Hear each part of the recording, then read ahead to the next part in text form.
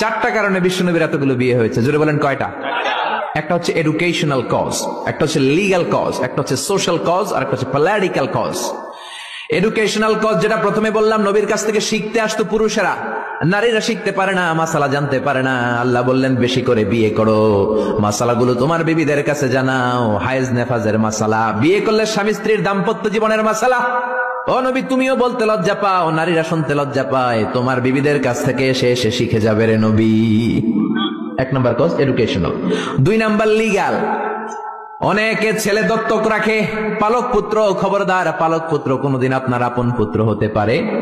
যায়েদ বিন হারেসাকে বিশ্বনবী ছেলের মতো রাখলেন। সবাই বলতে আরম্ভ করলো যায়েদ বিন মুহাম্মদ, মুহাম্মদের ছেলে যায়েদ। আসলে কি মুহাম্মদ সাল্লাল্লাহু আলাইহি ওয়াসাল্লামের ছেলে? না, হারেসার ছেলে।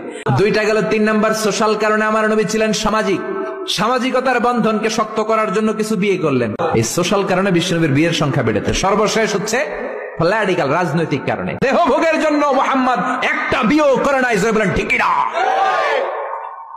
এডুকেশনাল কারণ, লিগ্যাল কারণ, সোশ্যাল কারণ, পলিটিক্যাল কারণ। আবার ইহুদির এক মেয়েকে বিয়ে করলেন বিশ্বনবী, সাফিয়া। খায়বারের যুদ্ধের পরে, ওই বিয়ের পরেও শত শত ইহুদি কালিমা পড়ে মুসলমান হয়েছে।